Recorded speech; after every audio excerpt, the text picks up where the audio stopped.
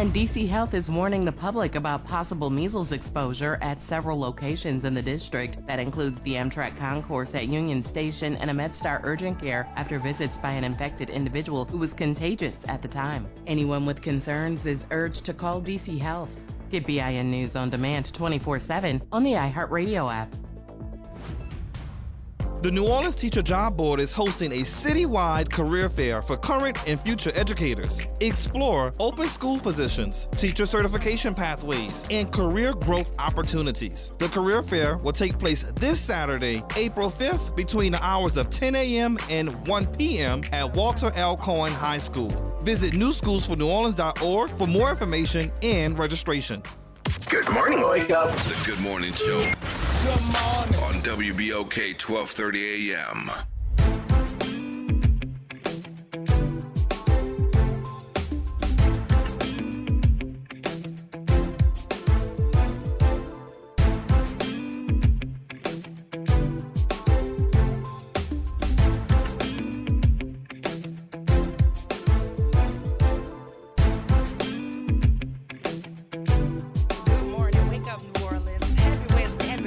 Welcome to the Good Morning Show. I am your host, Dr. Ashanta Wyatt. My super producer, Nara Sanders, is also in the building this morning. Good morning, y'all. Listen, on yesterday, I had the privilege of moderating a conversation on these 4 proposed constitutional amendments over at Dr. Torrance Sanders' church on Felicity Street, hosted by Step Up Louisiana. The panelists were Council Member Oliver Thomas, former Judge Kelvin Johnson, Rep. Candace Newell, and of course, Wesley Bishop former Senator Wesley Bishop was also in the building, given of his expertise, but he wasn't on the panel, but he was still in the building to give us some extra clarification around some of those proposed constitutional amendments. Rep. Delisha Boyd showed up, but you know, they're so busy right now. We're in the middle of campaign election season. She did come, but the panel was over, but I've had the opportunity to engage with Rep. Boyd on these particular issues on different panels. And so it was well attended. The audience asked some wonderful follow-up questions. There was a call to action given by Robert Horton of Step Up Louisiana. And then the benediction, of course, was by Pastor Torrance Sanders. But it was really, really, it was needed. I think this should be going on all across this state. I think it should absolutely be going on every single day across the city, because folk are just unaware of what is actually being asked of them on March the 29th.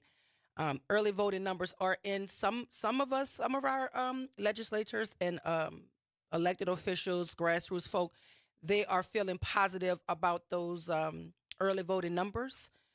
It was said that the early voting numbers this time were a bit higher than early voting numbers in our previous election. So that gives us something to be positive about.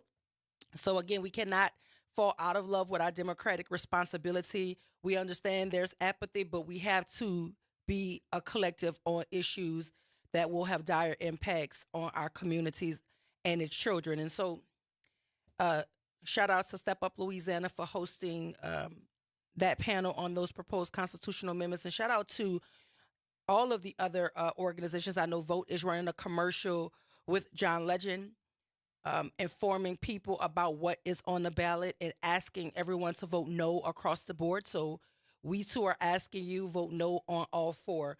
So again, shout out to folk who are in the trenches, making certain that they can inform and educate the voting populace. There was one question that I think is important to bring to the microphone here at WBOK, and it's something we've touched on here over time in terms of elections.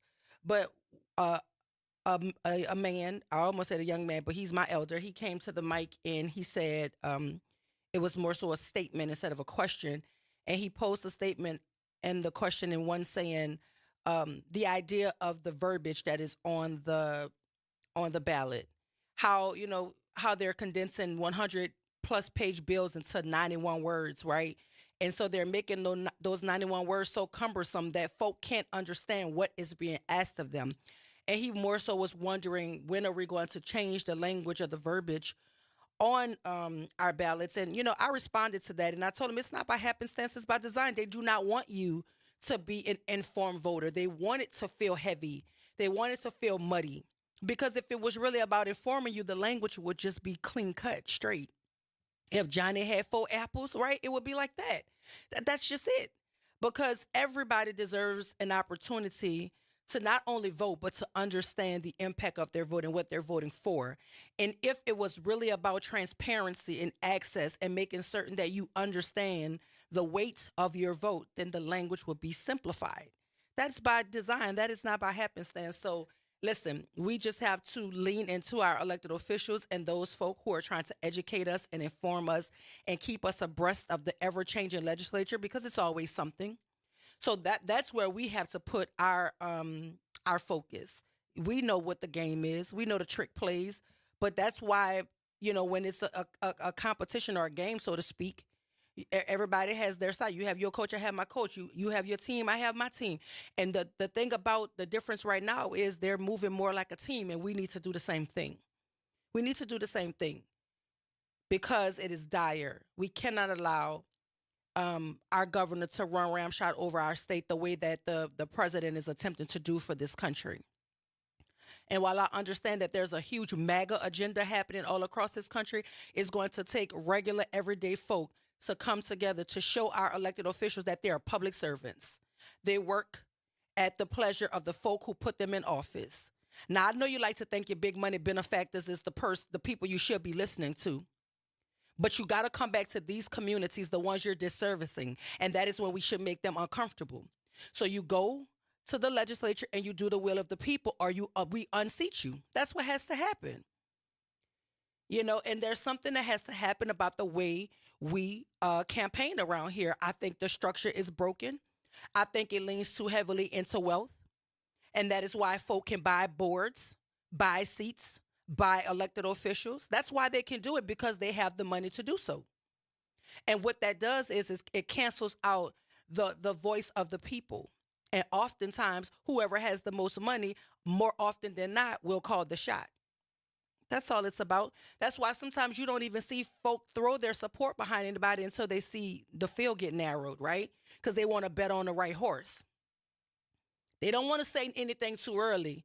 Because if that person that they're saying something about too early don't make it to that runoff or don't make it to that office, now they put all their marbles in one basket. But a wise woman told me there are no permanent enemies and there are no permanent allies in politics. That's what she told me. But I don't even see why we have to have enemies in politics if politics is really supposed to be founded by the people. Why are we enemies? Why are we enemies? I only wage war or fight in wars where people wage a war against me. I don't want to be your enemy if we're all trying to work to the betterment of community. But if you take aim at me, you best not miss. That's all. So that's I don't want no enemies. I don't need them. Not if the goal is to make certain that we get the best people in the best positions to do the best thing for this community and its children. That I don't understand why we beefing. I don't understand it, but let's talk about it, right? So there's an update. Y'all know each and every day on these airways, we're going to talk about what's in the best interest of children. Because to me, that is where all of the answers to all of our issues lie, in education. Right. And if you can remember, do not forget, voting is March 29th. There are four proposed constitutional amendments on the ballot. The polls will open at 7, close at 8. If you are in the line at 7:59, stay there. We need you at the polls. We need you to vote. Bring somebody. If you early voted, it's still your responsibility to call, text everybody you know on your phone and tell them if you have not voted, March 29th is your last opportunity. And we're asking you to vote no across the board. It's that simple. You don't even have to memorize nothing. Go in there. No, no, no, no, no. Yes, that's what we're asking you to do. But in the top of the month, Happy Women's History Month, everybody, all the trailblazing, trend-setting women out there. But at the top of the month, right, I think it was like March 6th or something. It was the first week of March. I told you guys about an article that was written by the 74. Now, I told you who funds the 74. That's Betsy DeVos, that's Bloomberg, that's Waltons, that's all of the big money benefactors who typically put their money behind issues and causes in the name of philanthropy, but it's really about control, right? It's really about being puppet masters, right? Because we know what Bessie DuVos did when she was over there at the United States Department of Education. Yeah, very pro privatization, very pro voucher, right? Which is why this system is so well oiled, because the 74 is a $4 million machine annually. They're pumping $4 million into this. So you got to start asking yourself, why are they putting all of this money into a system that they're right now currently saying is so broken? If you listen to the conversation around why they want to close the Department of Education, they're talking about how broken systems are in education.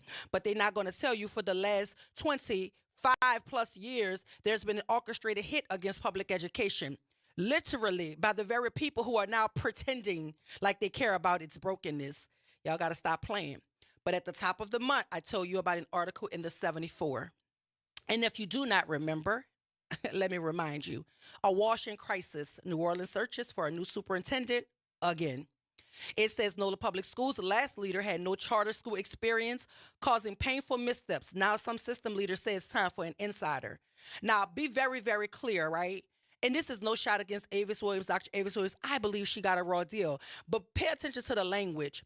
She had no charter school experience, yet she was unanimously voted in to the role, right? She made it to the final round with two other folk, and she was unanimously voted in. So why is it that now, since she's out of here, we're allowing people to malign her and to demean her in articles, when the school board itself praised her on the way out? Ask yourself why. Because it's all an agenda. It says now school system leaders are asking for an insider. Now, Beth Hawkins wrote this on March the 6th, and the article has two people's picture. One is Sharon Clark and Fatima Fulmore. Now, this was March 6th, right? Because, see, the charter people had already bet on their horse. They had already put their directives in. The school board, our school board, went into this process knowing who they needed to come out of this process with. And yes, I said that. Prove me wrong.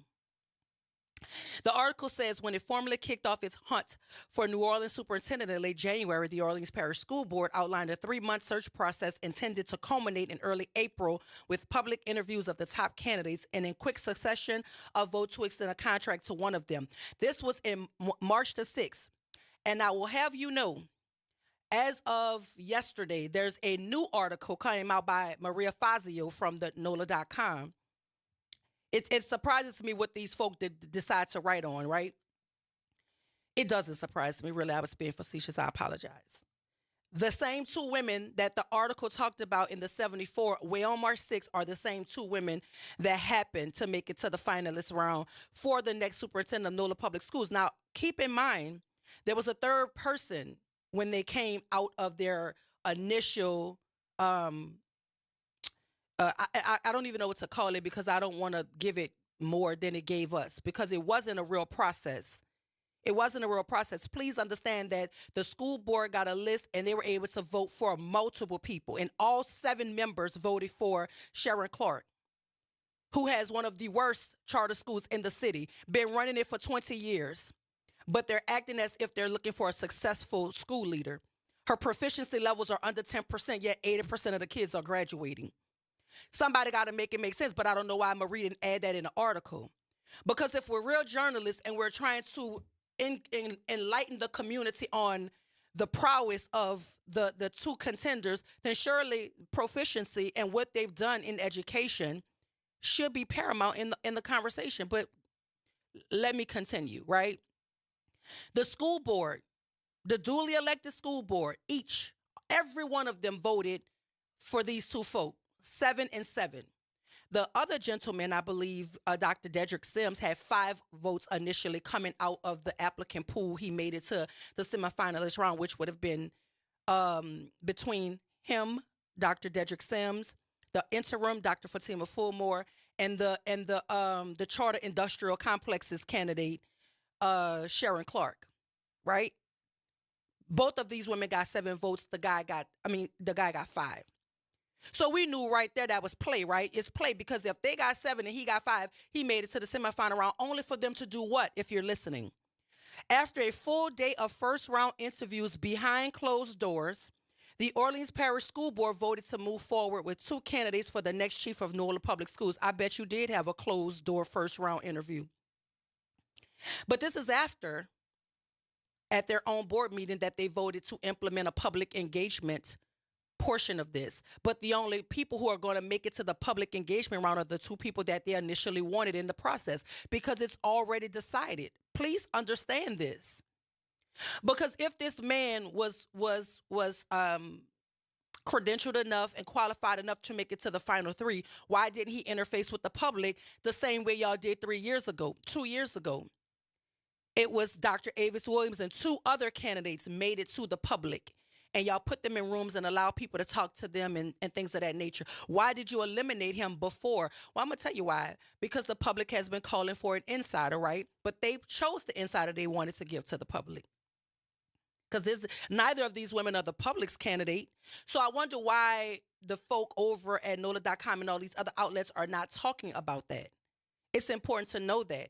Because when you read this article, it doesn't tell you anything about what the person intends to do or what they've done so far that warrants them being a finalist. Because it says of Sharon Clark, she's a New Orleans native who graduated from Xavier College Prep, has more than a quarter century of experience as a leader in New Orleans school system. She runs a school with 8% proficiency in reading.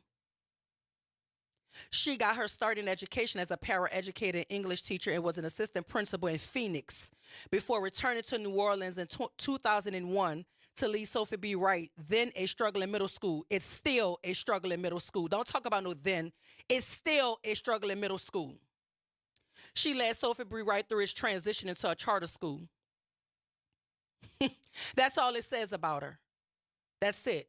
It says Fulmore has spent more than 2 years in District Central Office, first as a deputy superintendent under Williams, where she was tasked with overseeing enrollment, among other things. A Brooklyn, New York native, Fulmore was a career and technical education teacher, middle and high school assistant principal and high school principal, and an administrator in school districts in Omaha and Philly. I don't need to go look up her record. It's not important to me because I focus on New Orleans and the business of New Orleans. And I'm going to focus on the fix that is already put in place. Because I understand this very person that we're talking about that has the potential to be our next superintendent is our current Bessie rep. And I'm going to say it again like I said it before. The same money that's pushing this agenda to appoint her as the superintendent is the same money that put it in the Bessie seat. I don't shy away from what I said. Prove me wrong. So we have to ask ourselves, why do we idly sit here and allow people with a lot of money and no care for our kids, no experience in education, determine who leads our schools? Because if Dana Peterson want to stand up against anything I've said, tell them to let's talk about it. 504-582-9422. Because I know that y'all have been doing this since last year, pushing this particular person to ensure that you got who you wanted to control the it used to be nearly 50,000 children in New Orleans, public schools. But y'all know we right-sizing the district because we saying we don't have the babies anymore. We don't have the bodies. But how is it that on March the 6th, the 74 had the fourth? They had they must have a ball that tells them what's gonna happen on March the 26th in New Orleans, right? But y'all can believe what you want. We're going to continue to talk about it, though, but we got to go to break because we got to pay a couple bills. But when we come back at the 7:25 mark, we're going to talk to Pastor Dr. Deborah B. Morton and Pastor Jasmine M. Robertson. It's Women's History Month, y'all. We're going to talk about women in leadership in the church right here, WBOK 1230 AM, what New Orleans is talking about all day long.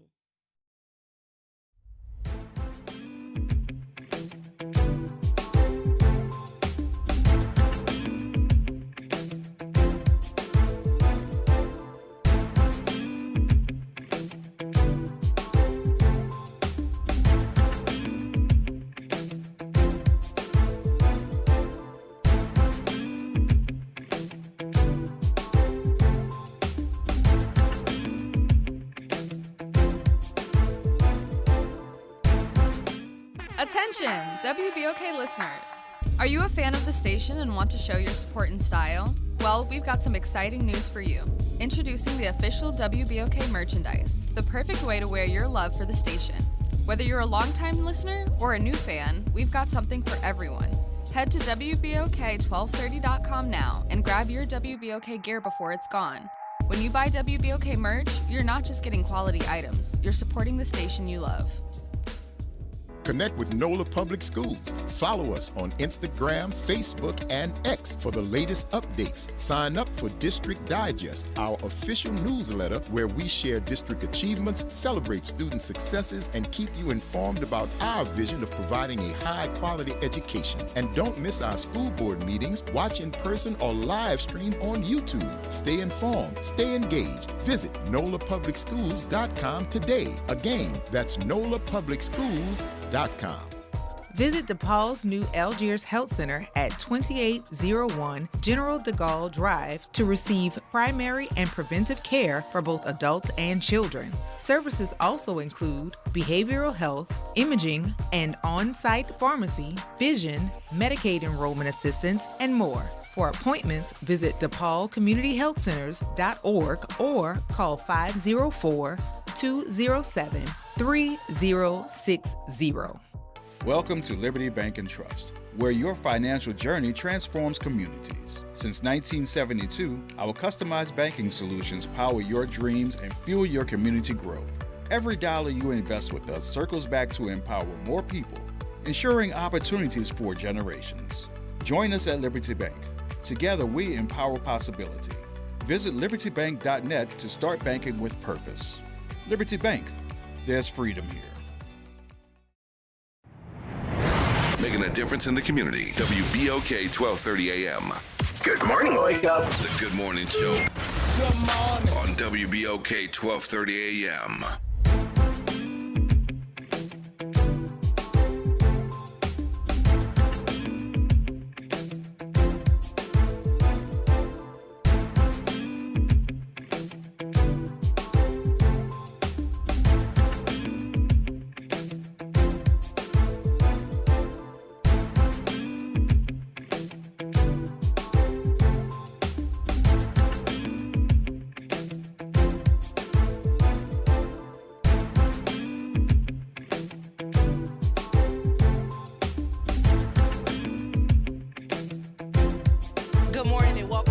The Good Morning Show. I am your host, Dr. Ashanta Wyatt. My super producer, Nara Sanders, is also in the building. And let me tell you something about God. God has a sense of humor. God said, oh no, we're not going to let your pressure go that high because we're going to send Pastor Dr. Deborah B. Morton and Pastor Jasmine Robertson to come up in here and cool down the atmosphere. Good morning, ladies, and welcome to the Good Morning Show. Good morning. Listen, happy Women's History Month as well. Listen, we here at WBOK, we've been trying to honor trailblazing, trend-setting women here in the city of New Orleans. And so if you have a woman that you want to honor, not that you're on a microphone, you can also do that. So are there any women that you can think of off the top of your head that you want to say Happy Women's History Month to specifically? Off the top of my head is this one sitting right here. You smart. She stole my one for me. Because I was going to say, I honor, this is a blessing, my daughter. Happy Women's Day month.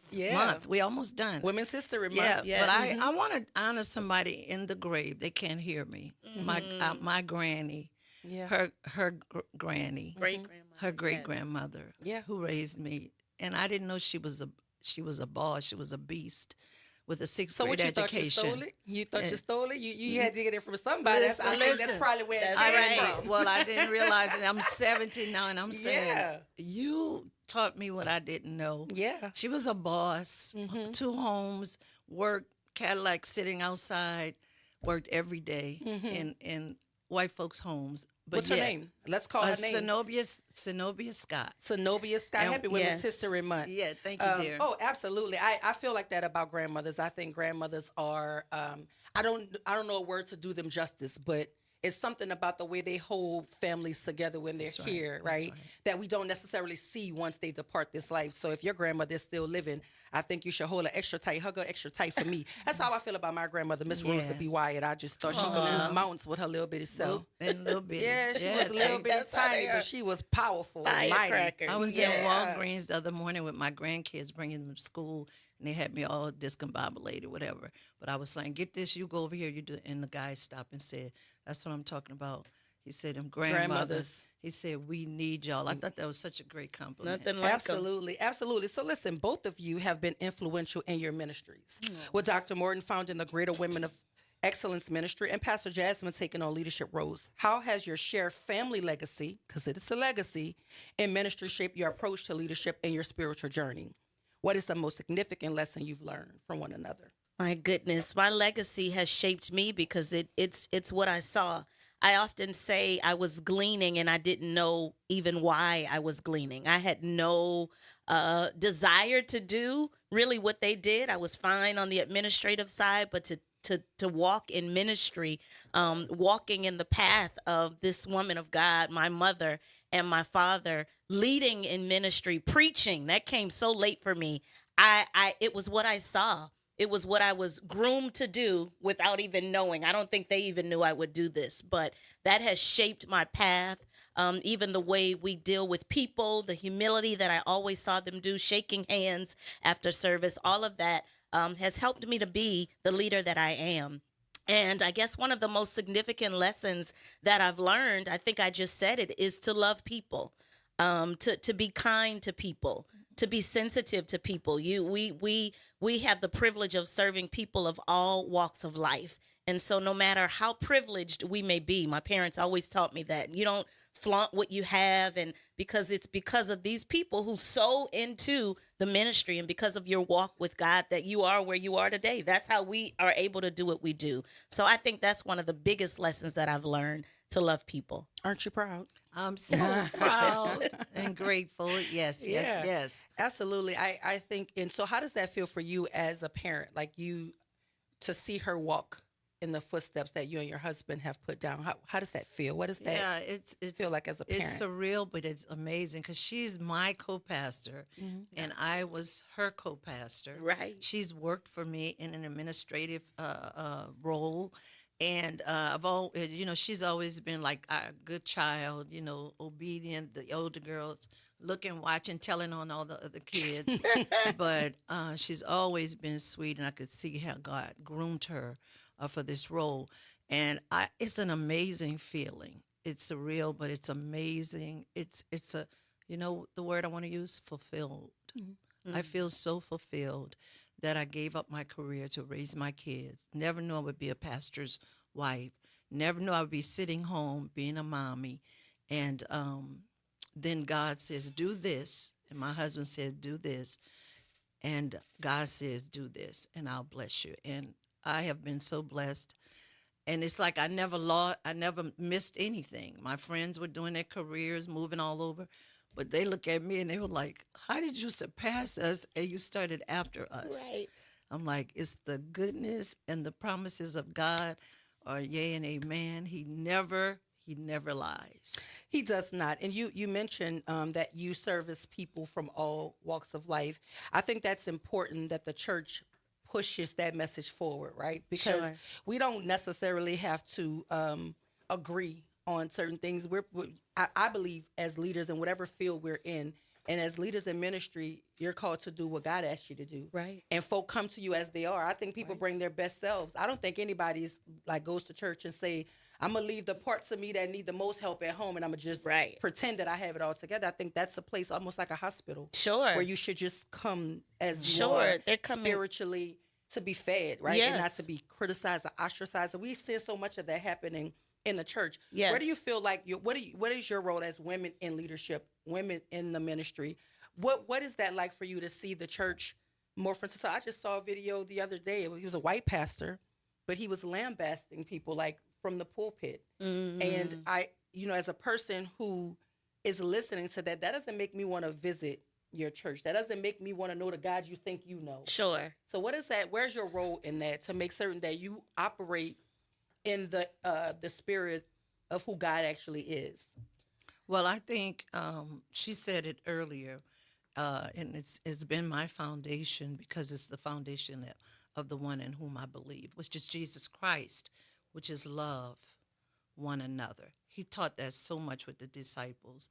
He, in word and in deed, feeding the hungry. You know, I just saw, as you said, a clip, and the guy was like, what does it mean? Because some girl was going off on the people.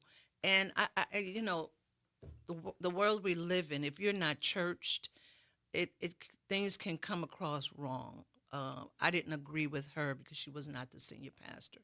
But what people don't understand is that a pastor is a shepherd, and he doesn't just say loving stuff. He said, if he's in the scriptures, he's going to also say things to grow you. But we still must do it. He always taught this in love. Yeah. And that's what you're saying. And yeah, I think that's what stood out for me because the Spirit will show you. Because I believe there's love and correction. There right? you go.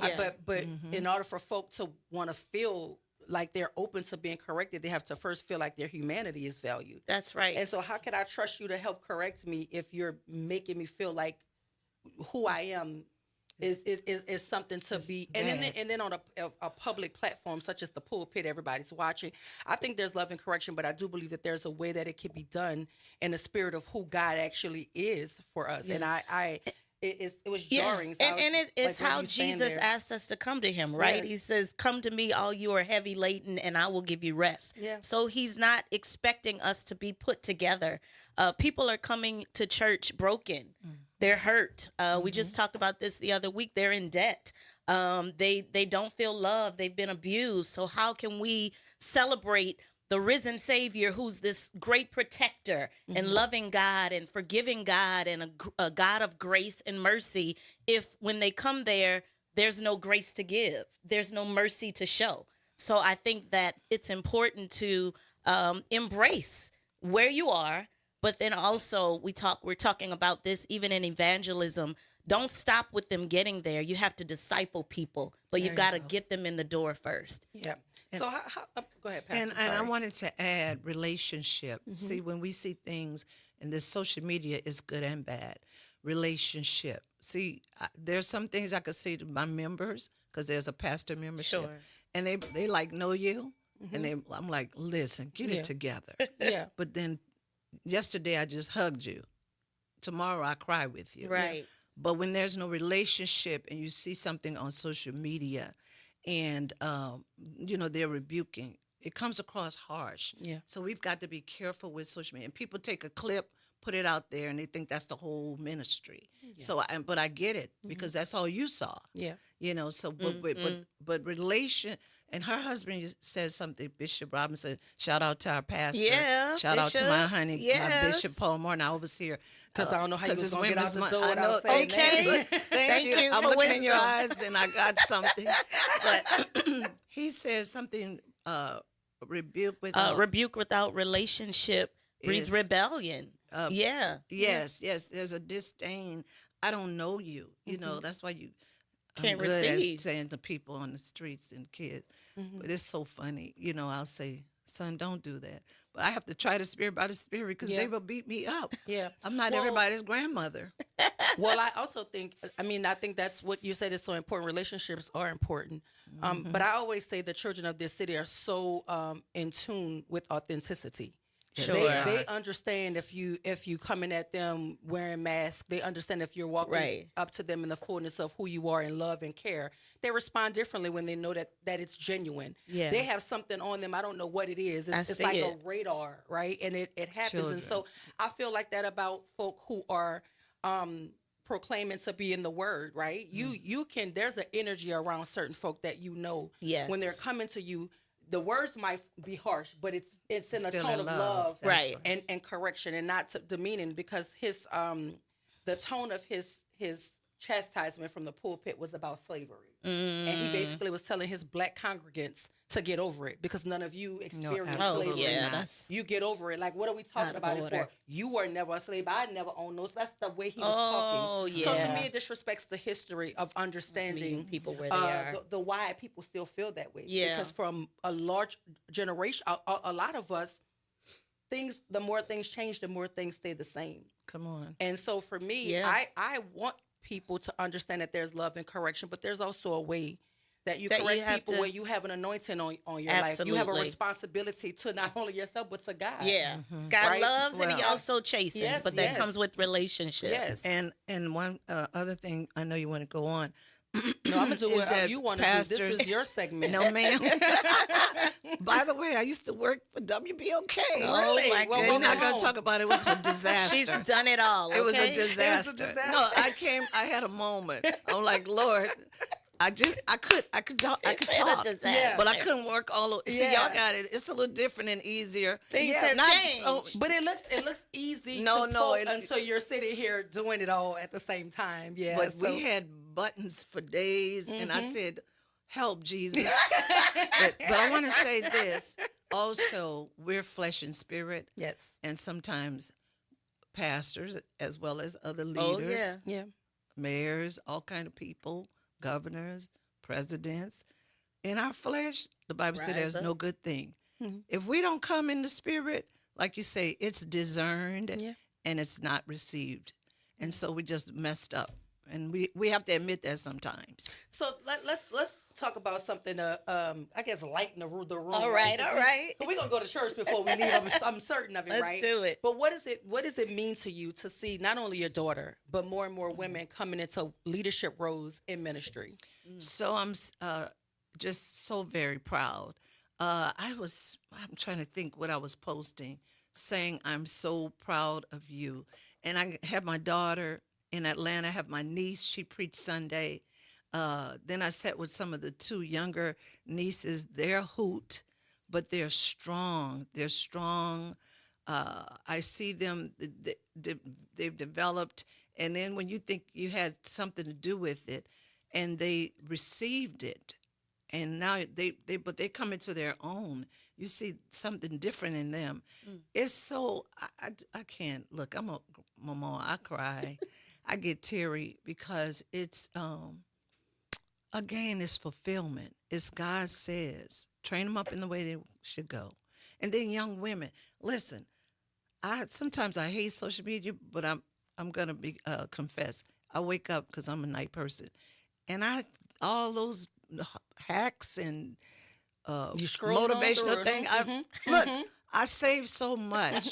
If you go, I said, you know what? I'm not gonna know. Do you save it? Because I fall screenshot asleep. queen. There you go. And I'm like, ooh, that's good. This is good. Yes. And they're just moving. The thing though, a young lady, I went to a conference and she was powerful, but she asked me to close out. And then all the people were on the floor crying. And she was like, look at this. What is going on? I can't do this. I say, I know. Because you did what you did, and it was awesome. We all have but our I also lane. told you I'm necessary. We all have our lane. That's what I want to say about women. I have no problem. In fact, I want them. I'm getting ready to do a master class next Thursday. That's a shameless plug. DeborahBMorton.com. That's what you're here for. Let's But you plug go it. there. Yeah, well, it's to help, really. Yes. And it's called Soaring Over Adverse Realities, because I want women to win. And I see young women, and it is what it is. The world is what it is. And it's changed. The game has changed. But God never changes. And He's solid. And some principles in life never go away. You follow them, you're going to end up good. And I want to teach them because many people came from homes where they didn't learn those fundamental principles.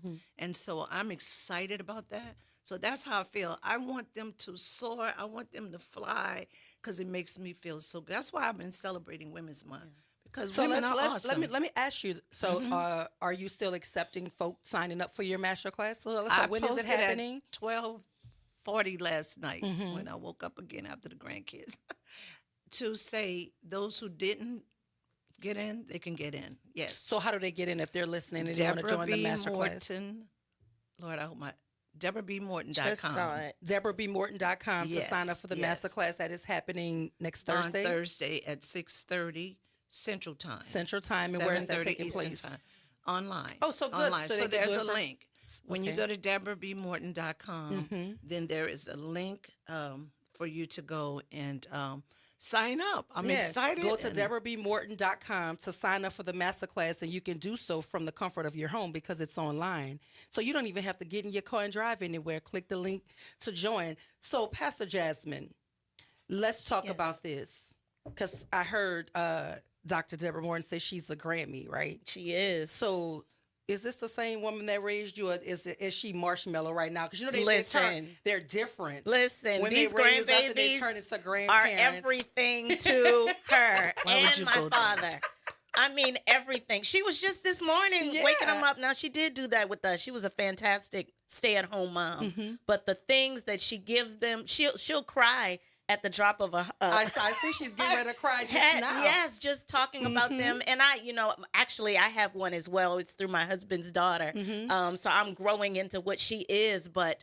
I just keep hearing there is a special love like none other for these grandbabies. It turns them into mush. She will, send them things, buy them. They're always on their mind. Yes. Like it's just she's fusses at us if we treat them wrong. Bring me my grandbaby. Right. Yes. Quintessential grandparents, believe it or not, they get their time in, and it's a special love. So I'm always gonna try to change the tone here. We're gonna go serious and then we're gonna lighten it up. Okay. But talking about social justice and social issues, where do you see the role of the church, particularly women in leadership in the church, as it relates to social justice and issues of social change? My goodness. I think it's important that our voice is heard, that we share our stance. And it's kind of tricky sometimes in ministry because you can only go so far. And my mother actually leads our PACE ministry, which is political advancement and community empowerment. Because what did we call you, Mom? Not like a little Harriet Tubman, but something, not Sojourner Truth. That's the one. Because she's a firecracker. Now she gets that is her strength. But I think it is important for us to be aware. That's why I try to read as much as I can, and then share where we are, because a lot of people just don't know. A lot of women and men just aren't fully aware of what they need to be aware of. I just attended a conference in Missouri, and one of the women that spoke was an international leader. And she was even trying to shift the prayers of those in ministry, because she's like, there are things going on, governmental things that we're not even praying for. We're still praying for the crackhead and the prostitute and all that, which is great. But what about these people who are being snatched, out of their homes? What about these women who can't even do things because the government is working behind the scenes? There's so much going on beyond what we can see. So it's important to be knowledgeable about those things and speak on it when we can in safe spaces. So, and in talking about safe spaces, that's the energy by which I asked the previous question about the church being a place of refuge, right? Because there's so much happening in the world, even in our homes. When we go to church, we should not have a fear of being anything other than free to be able to connect with the energy of the word. And making certain that we could put everything to the side and hear God. Because so often we're moving and shaking and doing so much, we can't hear God. And so I think when we go to church, that should be one of the places, of all places. Like we talk about a war room, that should be a war room for everybody, where you can come and lay your burdens down, literally. That's right. And shout out to Greater St. Stephen. We often refer to it as the house of greater, the house of healing, because I believe it is such an experience every Sunday from the parking lot to the pulpit, as we say, because you're greeted with loving arms from our men who protect our families, and then you go into the walk into the doors, and then you have our hospitality greeters who are saying, welcome to the house of greater, and then you enter into worship. The choir sings wonderfully, and then the word, which seals it all. And then we have an opportunity every week for you to accept Christ, for you to receive prayer, for you to be ministered to on your level where you are. So I thank God for a ministry where I can hear from God. I'm not always the one delivering the word. We have a senior pastor. Our overseers still preach. They're semi-retired. They are giving a word where people are able to be sensitive to that. And it's practical as well. It's not just, it's biblical, but it's also real life stuff that we have to deal with, and we're given tools to handle those things. Yeah, well, we appreciate you here at WBOK. And I think the word practical is important, because there's a lot about, in any profession, there's theory and then there's practice. There's how you apply the theory. And so to be able to hear the word, but then also to be able to see people as exemplars of what that word looks like in action is Yes, important, yes. right? I think the culture of a space is important. I'm an educator. I can walk into a school and tell you if education is I hear happening it. in there. Yeah. Just like I can walk into a church, I should be able to feel the Spirit of God moving. That's culture, right? Yes. But we have to take a break It's because we not got to pay a always. couple bills Hey, pay the bills. around this little place. He's But when we saying, come yes, back, we'll we have do. more with Dr. Deborah B. Morton and Pastor Jasmine M. Robinson. It is Women's History Month, y'all. Happy Women's History Month. Stay with us right here at WBOK 1230 AM. What New Orleans is talking about all day long.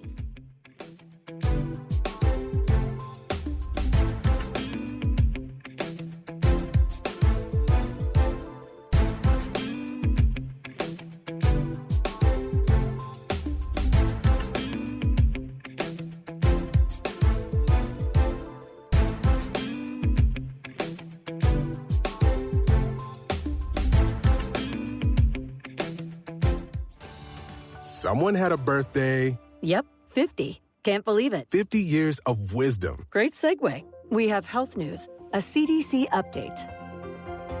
Pneumococcal vaccination is now recommended for adults 50 or older. Says here, we're over 6 times more likely to be hospitalized with pneumococcal pneumonia than adults under 50. I don't love those odds. Same. Look what I found. Pfizer's Prevnar 20 is proven to help protect adults against pneumococcal pneumonia and invasive pneumococcal disease in just 1 dose, and millions have already gotten it. Continued approval may depend on a supportive study. Don't get Prevnar 20 if you have a severe allergy to its ingredients. A weakened immune system may lower your response. Common side effects include injection site pain and swelling, fatigue, headache, muscle, and joint pain. For full prescribing information, please call 1-855-213-2138. Visit Prevnar20.com or talk to your doctor or pharmacist.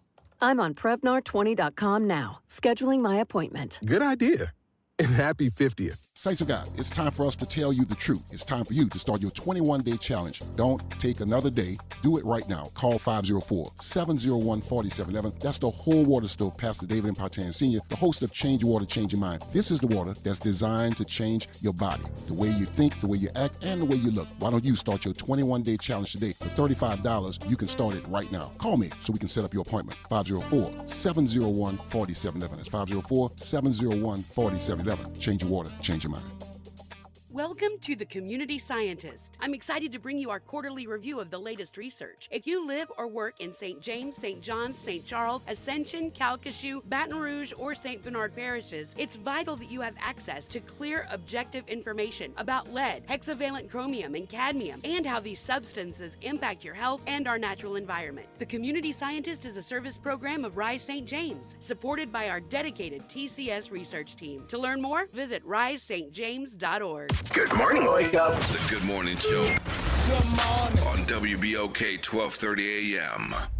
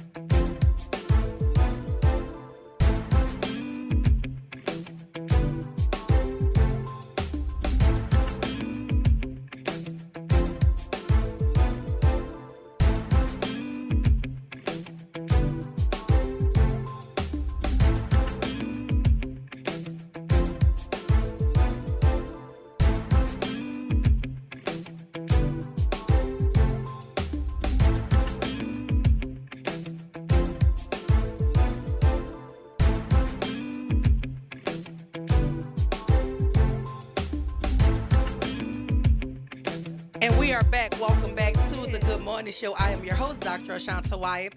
My super producer, Nara Sanders, is behind the glass saying, I'm not cutting off my pastor. We're going to let her talk, and then we're going to wait till she finish, and then we're going to go back on the air. I can respect it, but if you're just joining us, we are in some spiritual, loving conversation with Dr. Deborah B. Morton and Pastor Jasmine M. Robinson. Listen, I don't know if you're watching because they can see us too, Pastor. I don't know if you know. They can? Yeah, they can see you.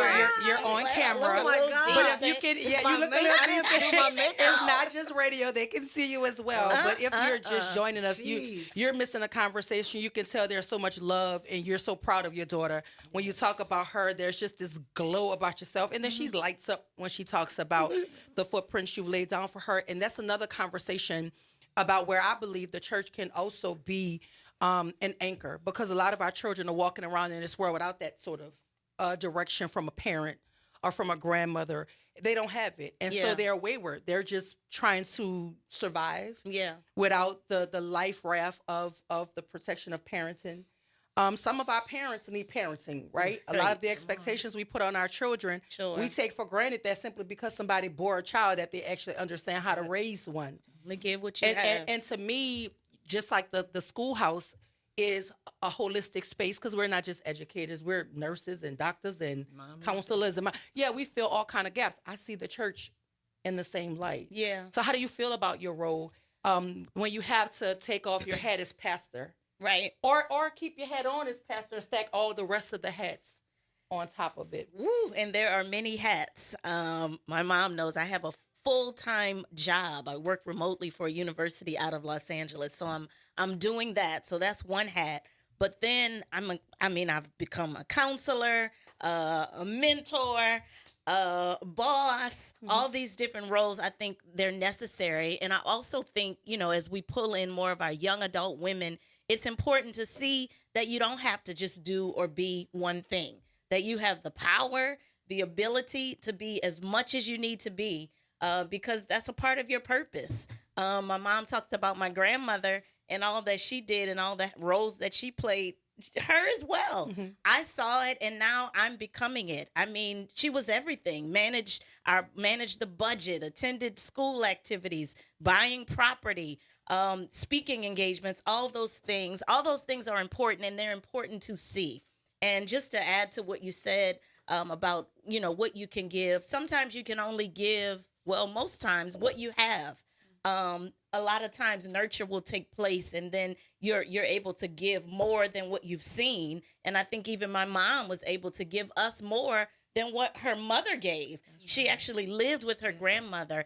And, I expect to do the same with my boys. I have 2 boys and a little girl that passed, to be able to show them, even as a woman, everything that I can do. And I'm now seeing my kids taking on these different roles. They're students, but they're also doing things that promote their gifts and talents. So, and just talking about getting back to the church, there's a generation of folk who feel disconnected from the church. How do we bridge that divide between what the church is doing and trying to wrap its arms around the youth, or that generation that doesn't see the church house as being what we know the church house can be for them?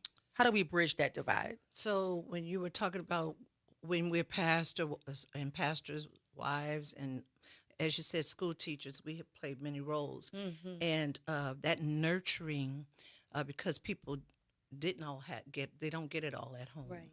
And so we fill in those gaps. And so your questions, I wanted to say something about your question, but what did you just?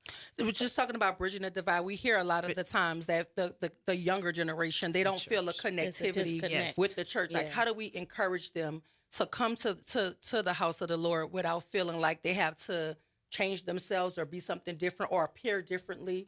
Right. But they can just come as they are to build. How do we do that? How do we bridge that divide? So I was getting ready to say, as the traditional role, sometimes we get caught up in that. Mm. I'm now the pastor. I'm at the top. And we forget that Christ, who was the top after God, he took time to love on people and to nurture them. Okay. The woman at the well, mm-hmm.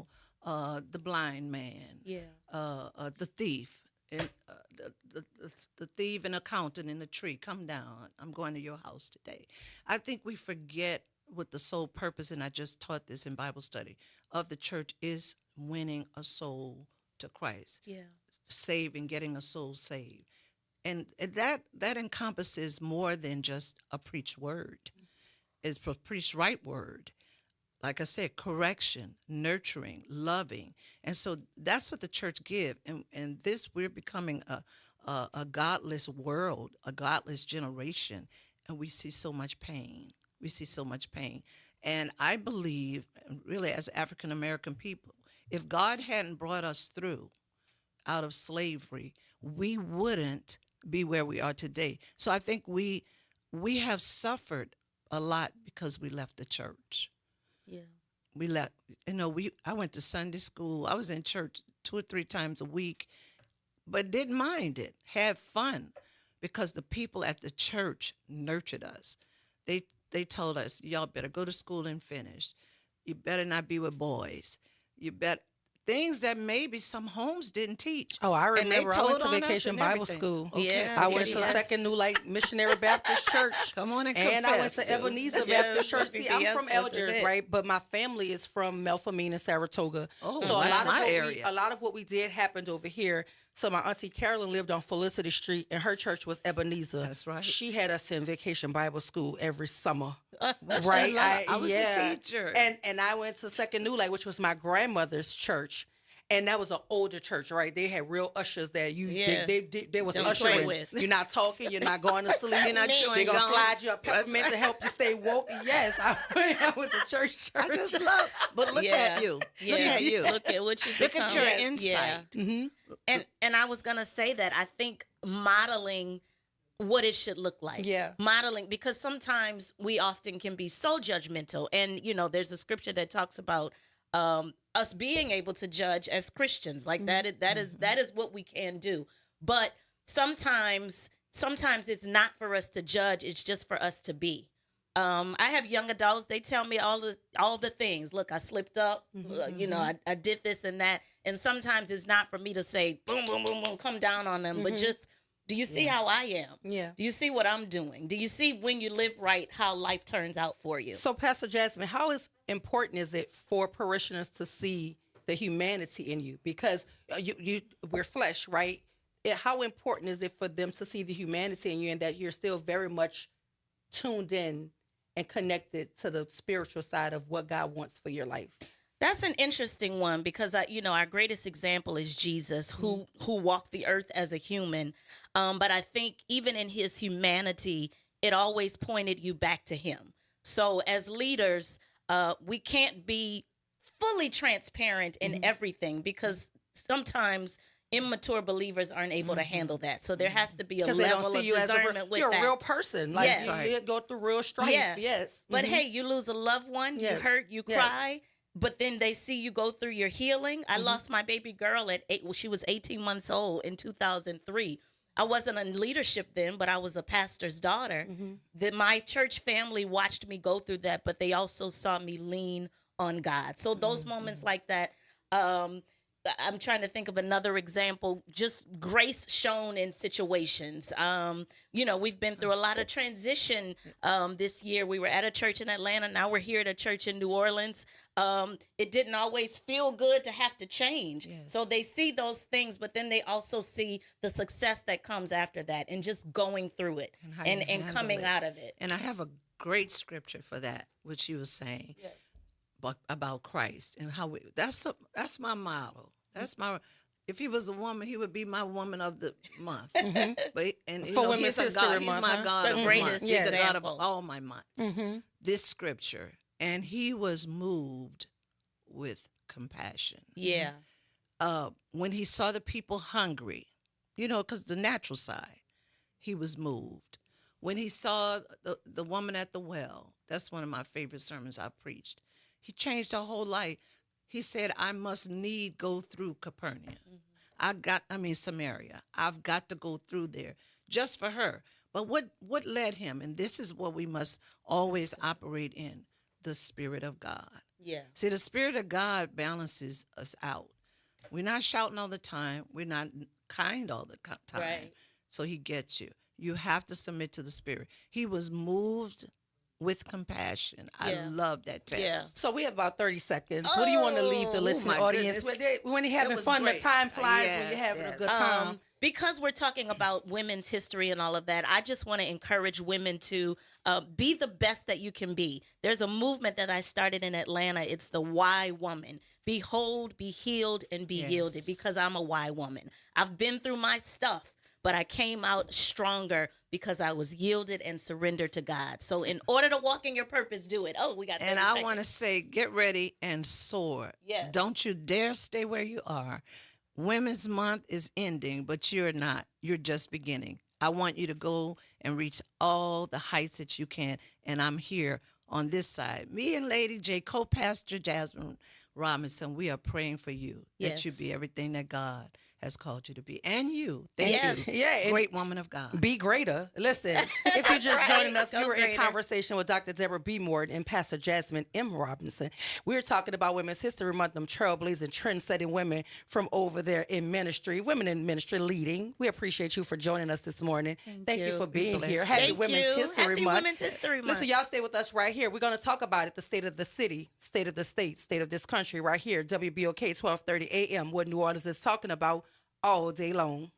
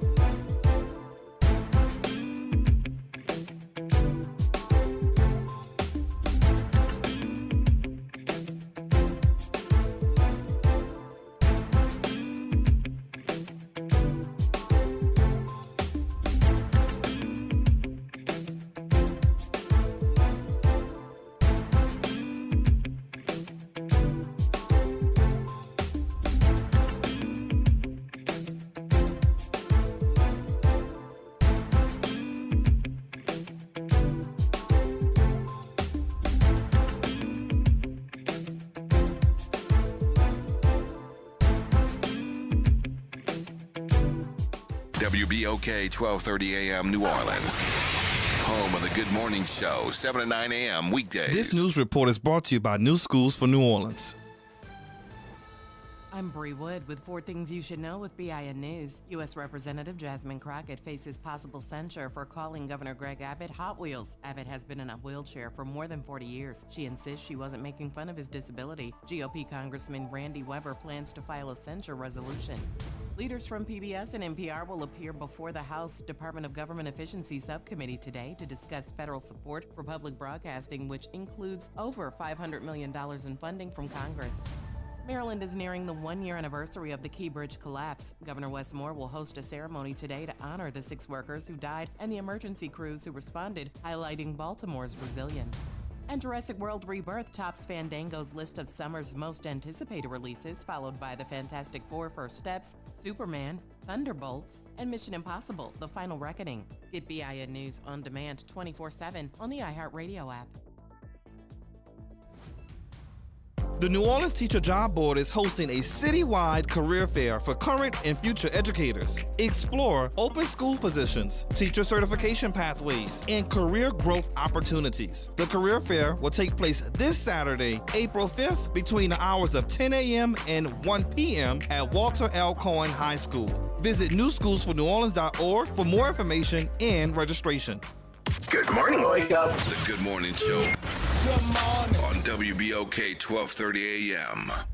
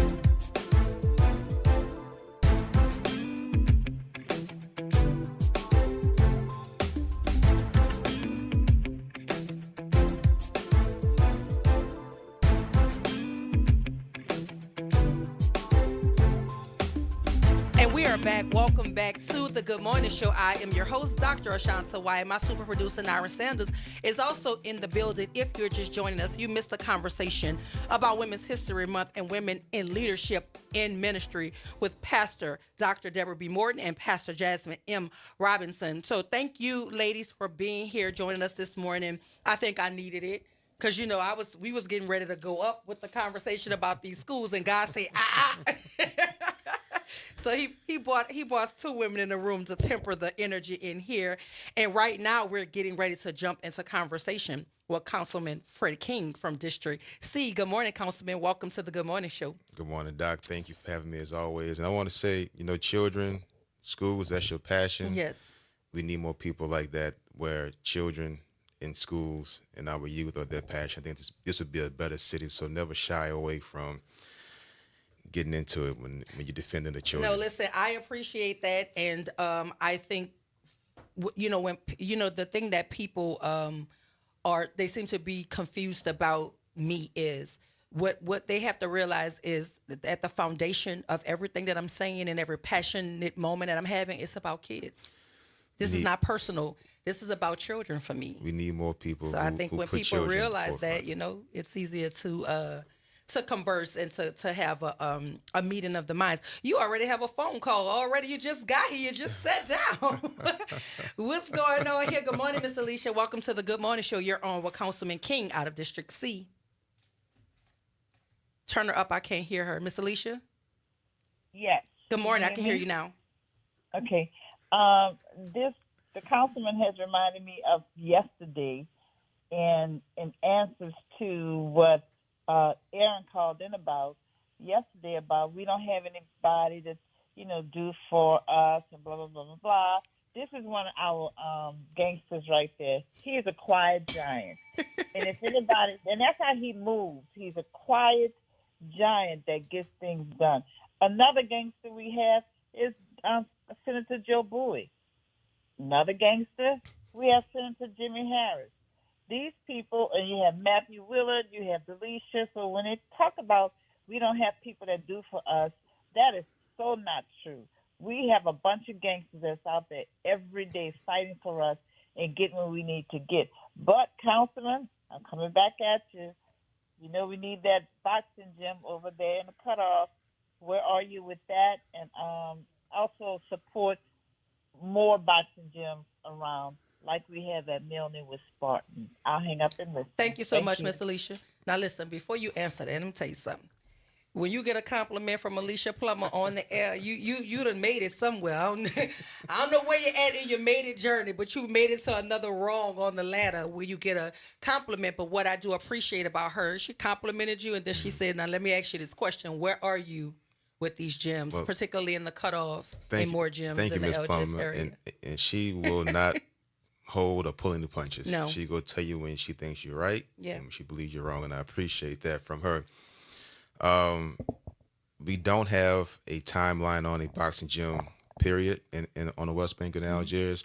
She said the cutoff, if I had my picks and chooses, it would be on General Meyer at the old brake tag station, which is now being used to house, repair, I believe, city vehicles, not that far from McClintonville. Yeah. I think that's more centrally located in Algiers. Did speak to the director of NARD, Mr. Barabino. At the time, he said it would be around $500,000 to convert that to make it a boxing gym.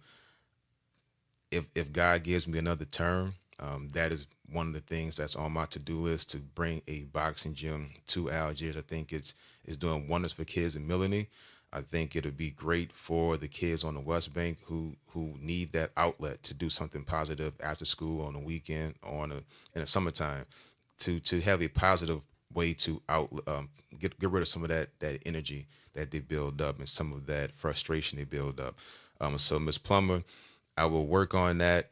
Again, if I get that second term, that will be on the top of my agenda to get a boxing gym, boxing studio in Algiers. So I tell people all the time, I listen for the things people don't say, because you just said if you get another term, so that means you're seeking another term. Yes. Is that breaking news? Well, are we the first folk to hear that over here at WBOK? I wouldn't call it breaking news. I think my work speaks for myself. I never stop doing the work. I've never say, let me take a break and pick it up during campaign season. I've been just boots on the ground, nose to the grindstone since day one. So I do plan on running again. And again, if I get that second time, I don't take anything for granted. If God says, hey, let's go again, then I'll definitely look to have that boxing gym in Algiers, and not just boxing gym, just other upgrades. So I think that's a perfect segue, if I may, to some things that's happening in District C, specifically in Algiers. A lot of spots on the East Bank, they already have upgraded facilities. So a lot of my attention when it comes to North facilities was placed on the West Bank. Over $10 million has been used in Algiers to upgrade the facilities. You're talking about a $5 million baseball stadium upgrade at Scully Rupp. I passed by the other day, the lights are on. High school kids are playing high school baseball and softball.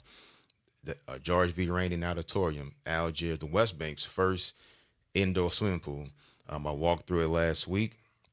Mr. Barabino is about 99% done. I think NAR's going to get it next week. They're going to go through their punch list with the developers. Hopefully, there'll be a ribbon cutting in April, let's say early May at the very latest. So now our kids are going to have an additional pool to swim in, indoor year-round pool. Just bought my kids because I am a NARD parent / coach, a former participant in NARD. Just bought my kids a track practice. I know you were a former track. Fox Park, baby. Yes. Terry Jordan was my coach. You going way back. Yeah, I think Coach Terry coached everything. Volleyball, Coach Terry basketball. Jordan. Yes. So $300,000 brand new track at Nord. And we was out there last night with Coach Zulu and Coach Paul at Boninger and Coach Buddha at McDonald Park. Well, now DeVore Park, with over 20 kids practicing. So a lot of things have been done to enhance the quality of life as it relates to NAR facilities and our youth in Algiers. And that was one of my big focuses, because I came in not seeing that. I came in, and everything isn't on NARD, because we had to be good stewards of what we were given. But I just felt it was a time for some upgrades.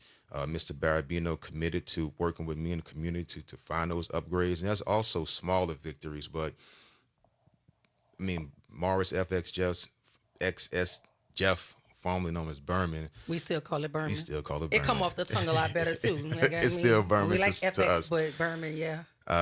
Over $10 million of improvements with more to go. I think is a big win, and I'm very proud of that. Yeah, and so we got to just get out of the habit of calling it Berman, but it's just so easy to call it Berman, because that was going to be my next question. Yeah. Where are we with the upgrades there? Because you know how I feel about that park. I'm always talking about the upgrades to that place, because it's the home stadium for Edna Carr specifically, but Landry. I mean, I'm a Carr graduate, so I'm gonna leave with Carr, but I'm gonna bring Landry along. Because I was getting ready to say, as well as the other high schools, you know, on the West Bank. But when you have a 7-time state champion playing in facilities that don't rise to the level of what championship football should look like, we have to do better, right? And so where are we with those upgrades? Well, the stadium itself will receive upgrades, concession stands, bathroom. It's a stadium that was built in the 30s. Yeah. So it's old, but it has good bones. So it wouldn't be a good idea like to knock it down and do it all over again. That, so you got to pick and choose your spots. The turf, no secret, is in bad condition. That turf is about $1 million to replace. People think turfs are cheap and easy to replace. They're not. I am currently working on thinking on some outside the box ways to to get a brand new turf in. So hopefully we can have that turf ready for one of the first games of the season. But your alma mater, Edna Carr, will host, I believe it's American Heritage out of Plantation, Florida. 2 top teams in the country, possibly aired on ESPN. So we want to have a good presentation. So that is my job. I don't know if we'll get it done. I will do my best. I don't have $1 million lying around. If you do, write that check. We can get it done. You know I don't have it. I'm unemployed. You know, at least you have a job. But we are gonna think out. We're thinking outside the box. Myself, some people who are in the community, you get that new stadium. Hopefully we'll get it before that big game in September. And I believe that's American Heritage is coached by Patrick Surtain. Is that the school we're talking about? Who is also an Edna Carr graduate. Junior high, right? Uh-huh. Is it high school graduate? He's an Edna Carr graduate. Don't play with us. And his son is now, playing professional football. One of the best. Patrick Surtain. Yes, I mean, we just breed excellence. It's just something in the soil. Look, from 3332 Huntley Drive. I have two siblings who finished from Carr, so they're proud Carr graduates. I believe you live on the West Bank, you're going to have family from Landry, Carr, and Walker. Yes, all intertwined. So yes, Carr is a very proud school on and off the field, and I think you're an example of that, of what they produce on and off the field. So we want to keep that going and give the kids what they deserve. Yeah, give them a facility we could be proud of, and also too just the sheer number of folk that come out to a game at Berman. Oh man, oftentimes it's literally standing room. That's right. At Berman because folk really want it, and I appreciate, because it's not just Carr folk who support Carr football. No, just like if St. Aug is in the playoffs and they're representing the city of New Orleans, we should all be supporting St. Aug. So right. I believe in supporting the home city no matter what. So whoever makes it, we should all just rally around them and make certain. Carr just makes it the most. Huh? Listen. I mean, you can't argue. I'm with you when you're right. You can't argue that. But here's the thing, like St. Aug just won it in basketball, so we that's something to be proud of. I think anytime a trophy comes back to the city, whether it's 35 Carr, St. Aug, I mean even Shaw made it to the. Shaw went well. I didn't want to plug my alma mater. I'm just saying. I mean, we're gonna just be fair here. We won a state championship in football in December. Yeah, and we were 4 points away from winning the basketball. Shout out to Shaw. State. I mean, here's the thing. I'm an equal opportunity cheerleader. It just I might cheer a little bit louder when I put my kid in front of my A, but I'm still gonna support the home team. So, as a council member in the city with a diverse and evolving political landscape, what do you believe is the biggest challenge facing New Orleans right now, and how do you plan to address it through your role as a council member? I don't think there's one big challenge. I think right now the biggest challenge is getting this election correct coming up. I think there's a lot happening, a lot being said that brings our attention away from the issues at hand. What election, sir? The mayoral election? Well, is that what you're speaking of? We have this election coming up with the amendments, but the mayoral and just not mayor, the council, sheriff, the leadership of our city. Okay. So I can't say just one issue. We can talk about crime. We can talk about sanitation. We can talk about streets and infrastructure. All of that is in one pot as it relates to this upcoming election. Yes. So there's a lot already being done and being said, and that's politics. That's how it goes. But I just encourage everybody to figure out who's the best candidate for their district, for the different positions that's up for re-election or up for election, and filter through all of the noise. And that's, I think, the biggest challenge to get this upcoming election cycle correct. I've never heard anybody refer to you as a gangster before, so that's new. Got a new patch, got a new badge. You broke through another level. Let's say a quiet gangster is what she said, right? I'm a passionate person, and my pastor Jamal Weathersby said, he told me one thing that stuck with me. He said, "Make your words count." So when I speak at the council meeting, people say you don't say much. I try to. I look at it like this: you only have so many words. Make them count, and that's how I move when it comes to the council meeting. Just in life in general, you don't want to be that person always talking, because sometimes your words get ignored. So, are there anything happening? We got about a minute happening in Algiers, particularly in your district of District C, that is happening that you want the viewing audience and listening audience to know about before we let you go? Well, yes, I would say this. On May 24th, we have our crawfish ball. Our third annual District C is now turned into a citywide crawfish ball. I'm a judge this year. And you are definitely a judge. May 24th, Algiers Federal City, starting at 10 o'clock. free crawfish for everyone who's in attendance. So that's the biggest thing and the latest thing we have coming up. Some fun stuff. Yes, and where are you? And you have the ear of the listening audience. Where are you in respective to the election on March 29th with these 4 proposed constitutional amendments? I've already early voted, and I voted no on all amendments. We're asking you to vote no on all 4. Yes, we want to thank our Councilman Freddie King from District C for joining us this morning, telling us about all of the wonderful things happening in and around his district. But stay with us. We have to take a break and pay a couple bills. But when we come back, we're going to talk to Morgan Walker, CEO of Bike and Vote, talking women in entrepreneurship and why voting matters and the importance of representation right here, WBOK 1230 AM, what New Orleans is talking about all day long.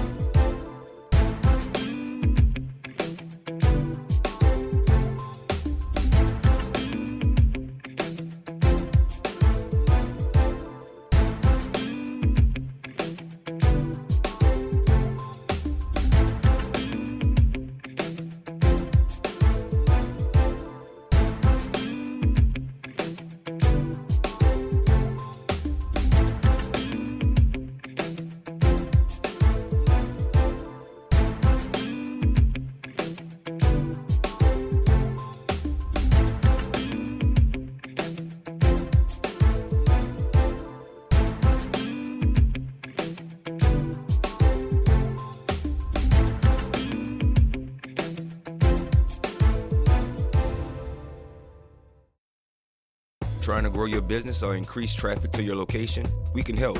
WBOK 1230 AM has a number of solutions that will meet your individual needs. Give one of our consultants a call today at 504-582-9420 or email us at info@wbok1230.com. And remember, an investment with WBOK is an investment in our community.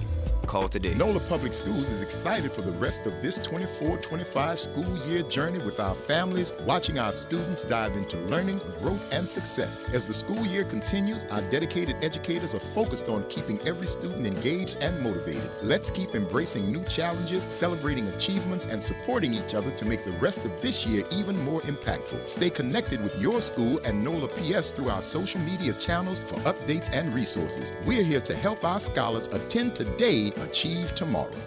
WBOK and LCMC Health are proud to present Keeping You Well Cafe, 60 minutes with LCMC Health, where the doctors speak directly to the people of New Orleans. LCMC Health is committed to improving the quality of care here in New Orleans, the Gulf South, and beyond. The Keeping You Well Cafe is another way for LCMC Health to engage with the community. At the Keeping You Well Cafe, LCMC Health joins WBOK and local businesses to answer your questions about wellness and health. Making a difference in the community. WBOK 1230 AM. Good morning, Wake Up. The Good Morning Show. Good morning. On WBOK 1230 AM.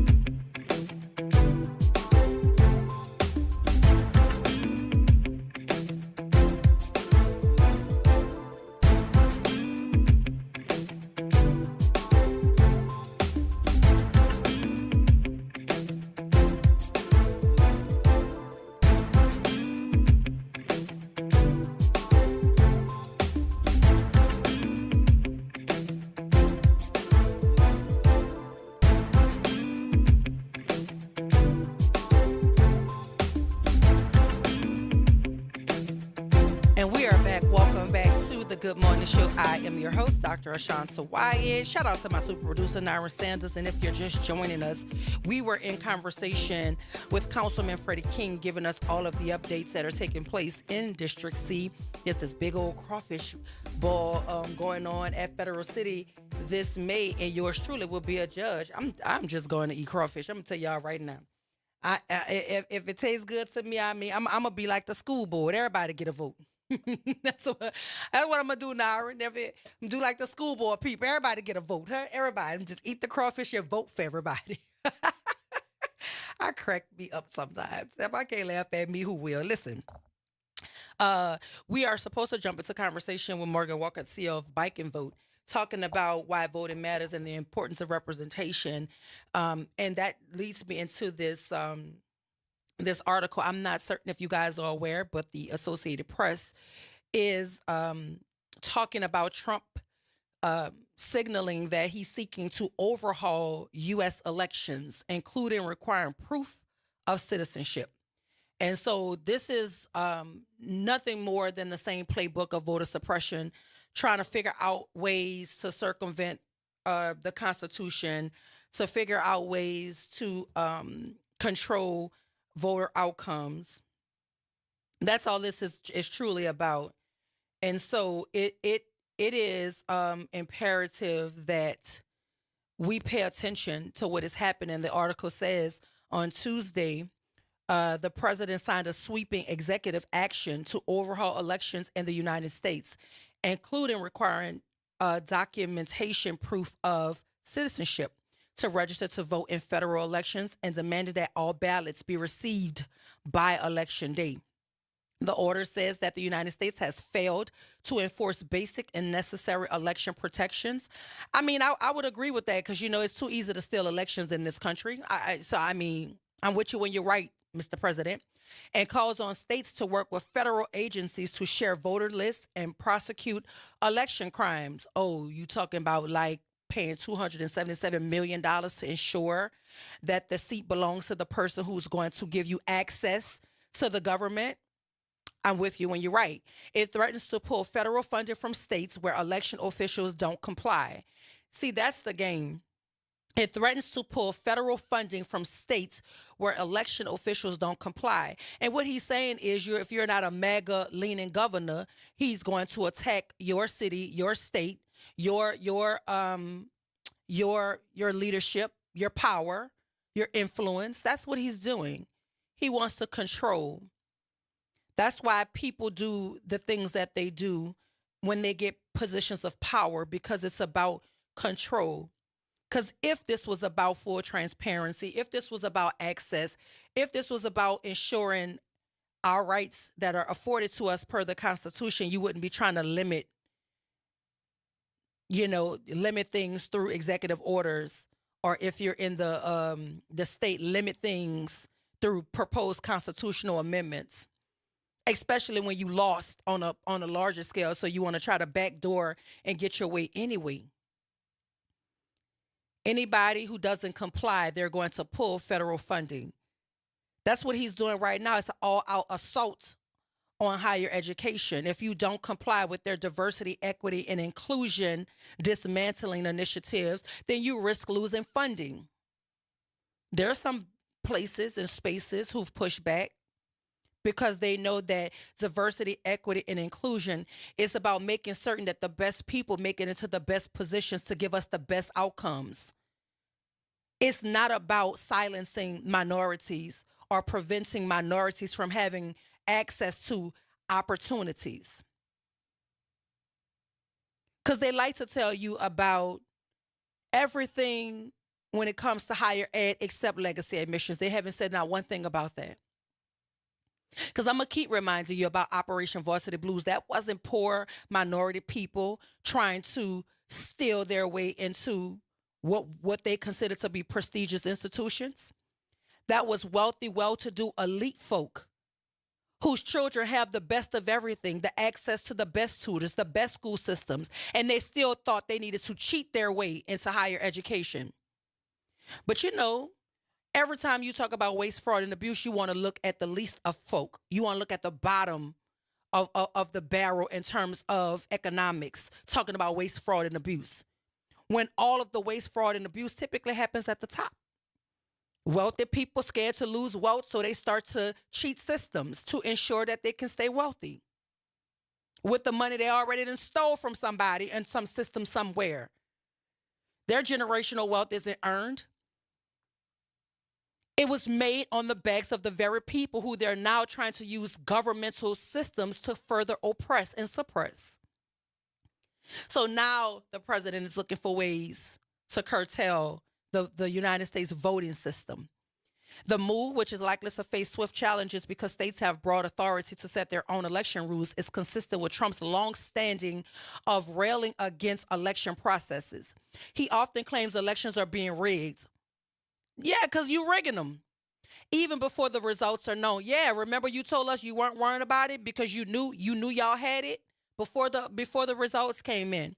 Your South African benefactor told us.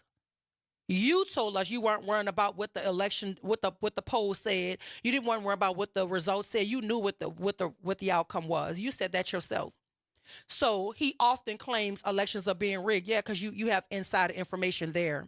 I'm with you when you're right.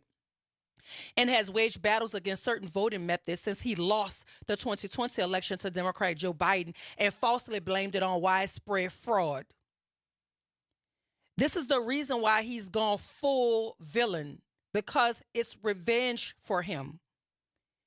He wants retribution for losing the 2020 election. They want retribution for ever having a black president, let alone 2 times. This is revenge. We know it is. So that is why when you have the power to affect change locally, we have to do so. Because what is happening at the federal level, we could do more to protect ourselves locally here in New Orleans, here in the state.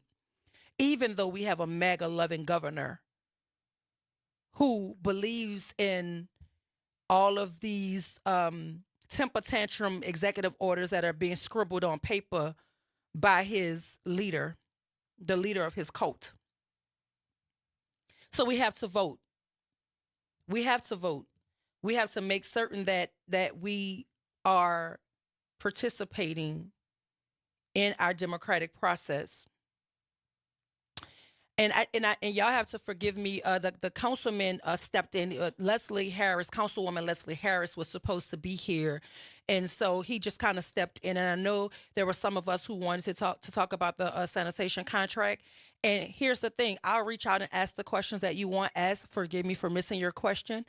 And when we do have the next cycle of conversations with our council people, I will absolutely ask that. I'll even reach out and ask it beforehand, and maybe I can give you some information tomorrow as it relates to your question that you dropped in the chat. So he was kind of just filling in. It was on the whim. So forgive me if I did not get to your question about the sanitation contract, and I wasn't looking at my phone at the time either. So my apologies. But we do have an election coming up. We do have to do everything within our power to get everybody who is able-bodied and registered to vote to the polls. March 29th, we can send a definitive message to the leader of this state to say that when you want to make change, you have to do so by checking the pulse of the community, having buy-in from the community. You don't slide things on our ballot and try to backdoor your way into a constitutional change. So we have to send a resounding message on election day, and we do so by going to the polls. And again, we're gonna continue to talk about. We understand apathy. We get it. We get it. We understand that you want a return on your investment. But what I can tell you is, convincing folk that voting is not one of the ways that we get there is disingenuous. Because what it does is it lends itself to the opposition. Because if we're talking to our families and our communities about not voting, and we're leaning into that idea, then we're leaning into the opposition, because that's what they want. They want you to have enough apathy that you stay home, or that you don't understand what you're voting for, or you're not well informed, or you're voting because you're a single issue person, and so because of that one issue you're going to blow up the whole ballot. We have to understand the importance of why a bill could be 100+ pages, but it's minimized to 91 words. That is because they're hiding what is the true intention for what they're asking us for. Now, I know you can't put 100+ words on a ballot, but if you're going to use 91 words, you might as well use 91 transparent words that lean into the truth of what my yes vote will give me and what my no vote will give me. Why are you trying to confuse the voter populace? Why are you trying to tell them a bill is about one thing when it's about something totally different? The truth don't need a defense, and it doesn't need to be masked and propaganda if it's the truth. If it's the truth, kind of like telling us we want somebody who has success in academia to run our schools, but then you put up a person who is a perpetual failure. Tell us the truth. We have to go beyond smoke and mirrors. You have to give the people the truth so that they are well informed and they don't feel misled, bamboozled, hoodwinked. I made Naira laugh on that one. That was me making you laugh, Naira? I'm sorry. But we have a government whose sole job right now is to muddy the waters so greatly that we cannot see the forest for the trees. And meanwhile, while all of this is taking place, the United States of America has been put on a civics watch list. Trump administration puts U.S. civic freedoms under severe threat, according to the monitor of the watch list. The United States of America is added to the Civics Monitor watch list due to threats to civic freedoms under the Trump administration. Unprecedented executive orders designed to unravel democratic institutions, rule of law, and global cooperation raise alarm. In 2025, the new administration slashed federal funding for organizations supporting people most in need, dismantled the USAID, and reversed programs on justice, inclusion, and diversity. Due to the Trump administration's assault on democratic norms and global cooperation, Civicus has added the United States of America to its watch list of countries with faltering civic freedoms. This is an unparalleled attack on the rule of law in the United States, not seen in the days of McCarthyism in the 20th century. Restrictive executive orders, unjustifiable institutional cutbacks, and intimidation tactics through threatening pronouncements by senior officials in the administration are creating an atmosphere to chill democratic dissent. We're on a civics watch list because the current administration is threatening civic freedoms, and yet we have a governor who is so MAGA loving that he's leaning into the threat to our civic freedoms. This is why we have to vote. We have to vote, and we have to be loud about resisting oppression. Because anybody that's bold enough to do it, they send an attack for them. Look at Congresswoman Jasmine Crockett. She's under attack right now. The Attorney General Pam Bondi is going around all over the media talking about that Jasmine Crockett is a threat and she needs to tread lightly. And they've put a black man up to run against her. You know, they sent us for us. Now they have, she's come under attack for calling the governor, who is in a wheelchair, the governor of her state, Mr. Hot Wheels is what she called him. And they're trying to say that she is attacking his ableism. But what she said was, this is the man who's putting people on all modes of transportation to illegally deport folk because of his MAGA-loving cult leader.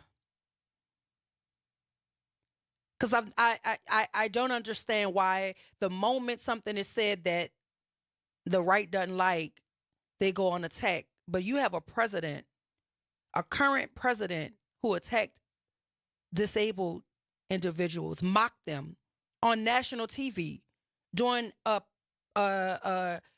conference. He was on the podium going around the country talking, and he mocked a person who is disabled. But calling him Hot Wheels because you're thinking she's talking about him being in a wheelchair, that is where we draw the line. We let them drag a congressman out because he protested the government and what they're doing. But we have sitting congressional leaders who challenge folk to fights, literally, threaten folk, talked about their appearance. I don't know anybody more vile than Marjorie Taylor Greene. But y'all are not talking about censoring her, but they're trying to censure Jasmine Crockett for the statement.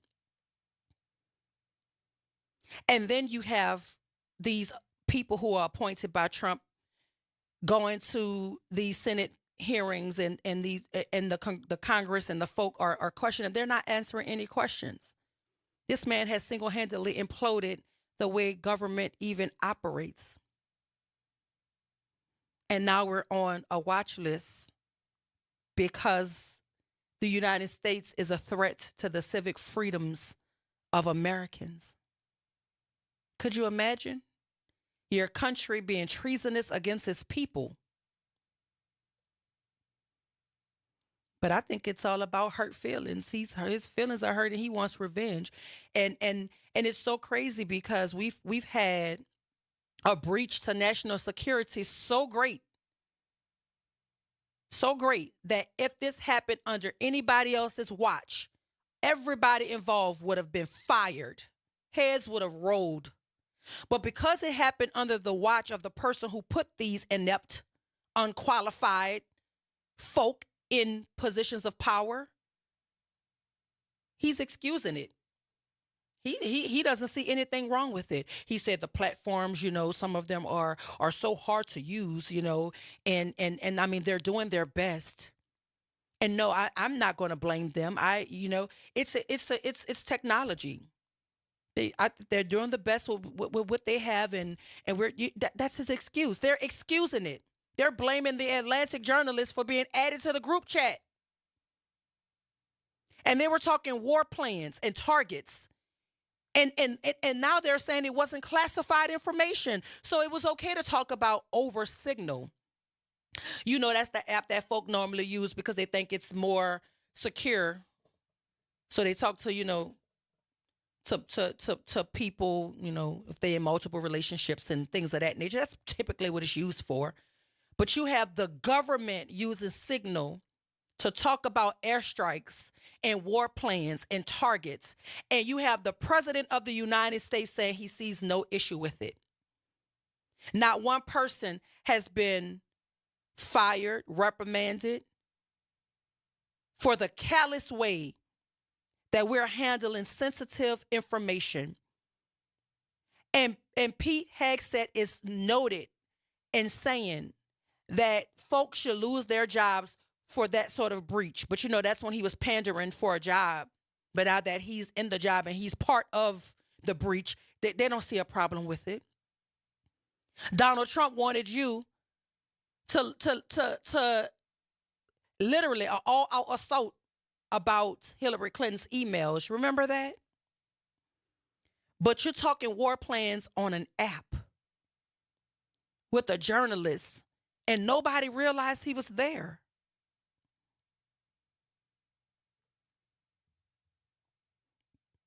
I would hate to think who else was on the group chat that shouldn't have been, because we wouldn't know. The only reason we know about the journalist because he told us. I wonder who else was in the group chat that shouldn't have been in the group chat. I wonder. And meanwhile, we're on a watch list because our country is a threat to our civic freedoms. This is wild. We have to go to break, but when we come back, we're going to continue to talk about it. If you want to talk about it, the number is 504-582-9422. Y'all stay with us right here at WBOK 1230 AM. What New Orleans is talking about all day long.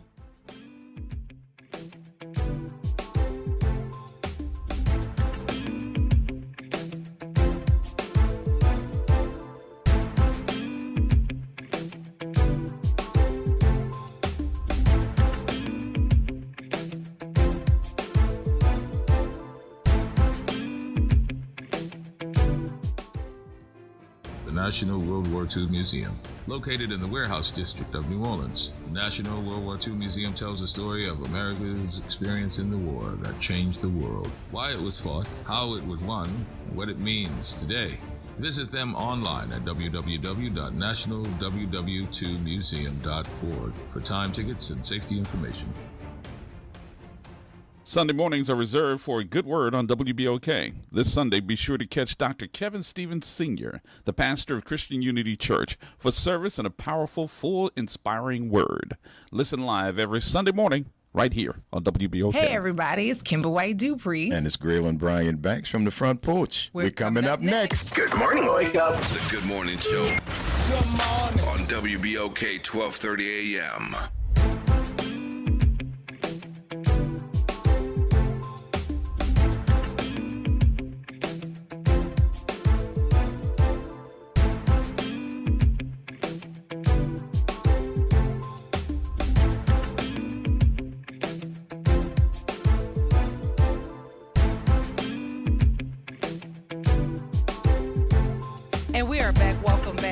Good Morning Show. I am your host, Dr. Ashanta White. Happy Wednesday, everybody. Happy Women's History Month. And please do not forget that we have an election coming up. There are 4 proposed constitutional amendments on the ballot, March 29th, this Saturday. We're asking you to vote no across the board. Good morning, John. Welcome to the Good Morning Show. Hey, John. Did I lose him? Good morning, Jerry. Welcome to the Good Morning Show. John, if you're listening, call us back. We want to hear from you. Good morning, Jerry. Hey, it's Gary Ballier. How you doing? Oh, hey, Gary. How you doing? I'm good. I'm listening to you this morning, and I've been paying attention to all the things happening with D.C., in particular the insecure communications that happen. I joined the military. Well, let me go back to this. In my civics class, we had civics when I was in high school. My civics teacher guaranteed me, because she put a challenge out to the 18-year-olds. She said, if you register to vote, you won't fail this class. I remember saying, you might not get an A, but you will not fail this class if you register to vote. So I registered to vote, and at that time, Jimmy Carter was in office, and they were talking about a draft, and I registered for the draft at 18.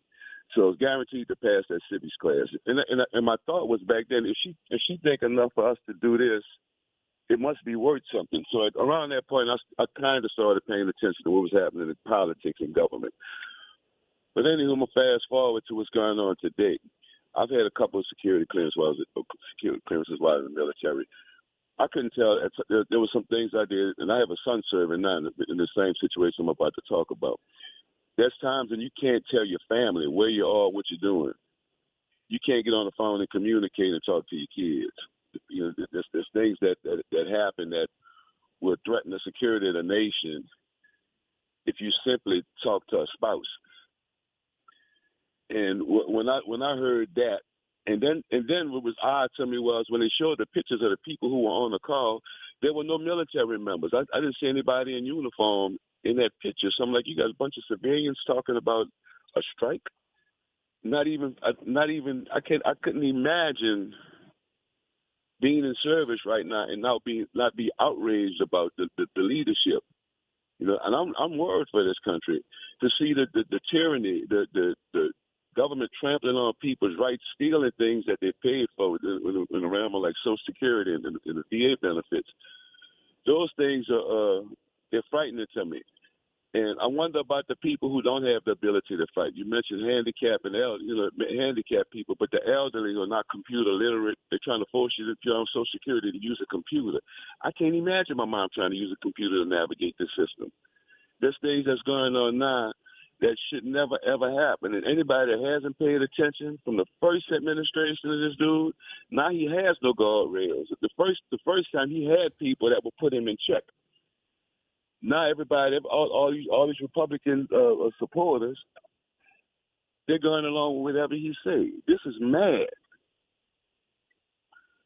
Yeah, I agree, Gary, and I appreciate you for calling in this morning.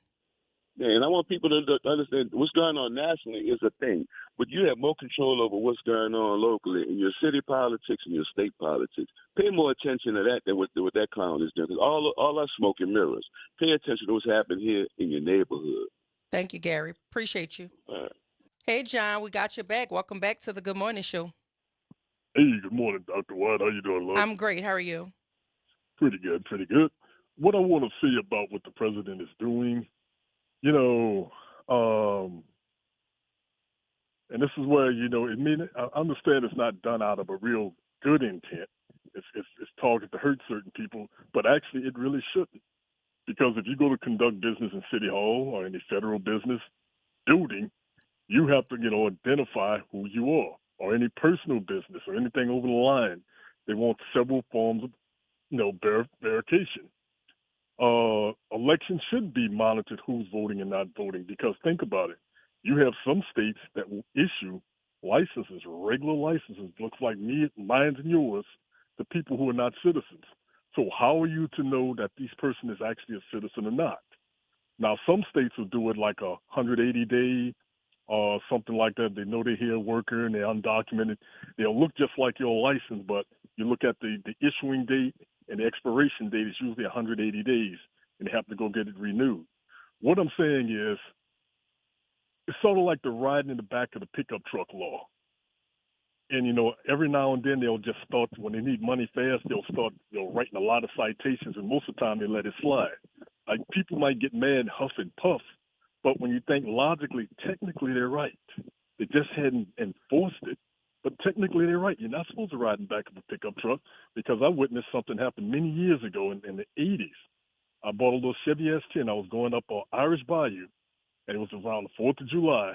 And I didn't see it when it actually happened, but the white guy that was in front of me, he saw the pickup truck had a head-on collision. We had a bunch of kids in the back, and he said, man, the kids bouncing like balls all over the road.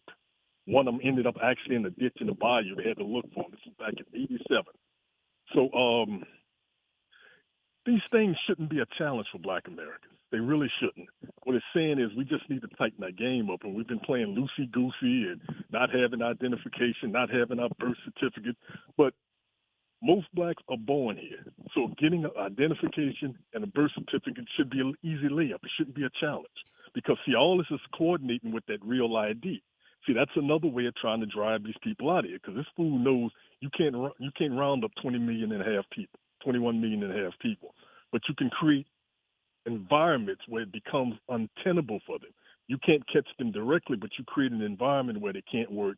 They can't get an apartment like, what's his name, DeSantis was trying to do down in Florida. Even if you give one a ride to the hospital, he was trying to push it to where you can be charged, but they kind of dialed that back a little bit. But the game is to create an environment where it becomes untenable if your documents are not together. And this is one of the times I can say as Black Americans, you're born, let's say here in New Orleans, 90% of us, I was born at Sarah Mill, but 90% of us were born at Charity Hospital. Easy layup, baby, easy layup. That shouldn't be a challenge for you. I agree. Thank you, John. I absolutely agree. Appreciate you. All right, bye-bye. Good morning, Don. Welcome to the Good Morning Show. We got about a minute, Don. What you see? Are you there? Oh, I was going to say there's a time value with money, resources. There's a time value. And if you go to the U.S. debt clock, I see that they've removed the total U.S. Assets, and they've removed household assets and business corporation assets and small business assets. They've moved that line item, and they've put up Doge, the Doge aspect on the U.S. debt clock. It's an app that keeps up with real-time debts and all of the government line items. But the point is, 1 million seconds is about 12 days. I'm going to equate, because there's a time value with money. I'm going to equate money with time. 1 million seconds is about 12 days, rounded up. 1 billion seconds is about 32 years. 1 billion seconds. So just think of $1 billion, 1 billion seconds. So $1 billion would probably last a generation after the originator is deceased. But 1 trillion seconds, as in $1 trillion, time value of money, 1 trillion seconds is equated, rounded up, is 32,000 years. So the issue of we're in this national debt with America having over $200 trillion in assets, corporations, small businesses, and household assets is well over $220 trillion. But we're talking about a $36 trillion debt. It is hoodwinking and hocus pocus, and we have to pay attention to the numbers and crunch the numbers and drill down. A trillion seconds, that's how long $1 trillion will last based on the time value of it. I got it. And we're talking about over $200 trillion. So multiply 200 trillion times 32,000 years.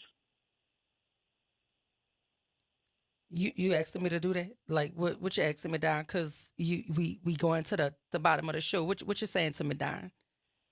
Because that sounds like a lot of numbers. Don gone. Good morning, Ms. Jones. We got about a minute. What you say? Yes, good morning. I'll be right quickly. Donald Trump has said, the enemy is within. He's speaking of himself. Maybe he shouldn't be called president of the United States, but enemy of the United States. And it's baffling as to why, he's said this and people are not, doing just the opposite. He's telling you what he is. The enemy is within, and yet still they believe in him. Yeah, I agree, Ms. Jones. Thank you so much. I have time for one more caller. Reverend Calhoun, welcome to the Good Morning Show. We got about a minute. Well, if you really want to send a message to Donald Trump, go to the poll, bring at least 2 or 3 people with you on Saturday. Make sure you go to the polls and vote no on all 4. The message has to go to Jeff Landry so it can get to Donald Trump. Have a good morning day. Thank you so much. Listen, I appreciate all of the WBOK listening audience. I appreciate you for engaging in the chat. I just wanted to give you this piece of information on the story I was just telling you about, the secure channel, that they thought they were on a secure channel in terms of this chat on Signal. Pete Hegseth said he denied that anyone in Trump's cabinet was texting war plans, an assertion echoed by the White House. Hegseth was asked by reporters whether he had declassified the information before putting it in a group chat or whether the messages may have endangered service members. He did not answer any of those questions, but he absolutely denied that they were texting war plans. And in response to that, The Atlantic has published the group chat. And I'm reading it, y'all, and they definitely were discussing war plans. I'm talking about minute by minute airstrikes. It tells you that at 11:44 Eastern Standard Time, the weather is favorable. Just confirmed with Sitcom. We're a go for the mission launch. This is Pete Hegseth. 12:15 Eastern Standard Time, F-18s launch first strike package. 13:45 trigger-based F-18 first strike window starts. The target terrorist is at his known location, so he should be on time. Also, strike drones launch MQ-9s. And it goes on and on. Literally, it's telling you verbatim what is happening in real time. And for an appointed member of the government to sit in these hearings and talk to the public and openly lie and then have the support of the president openly lying to the public is dangerous, specifically for our service members, because who else was in the group chat? And what if the journalist wasn't a real journalist? And instead of holding out, because he redacted some of the information when he shared it with his job at the Atlantic, what if he'd have just went straight to social media with it? And it was just open in the public. This is insane.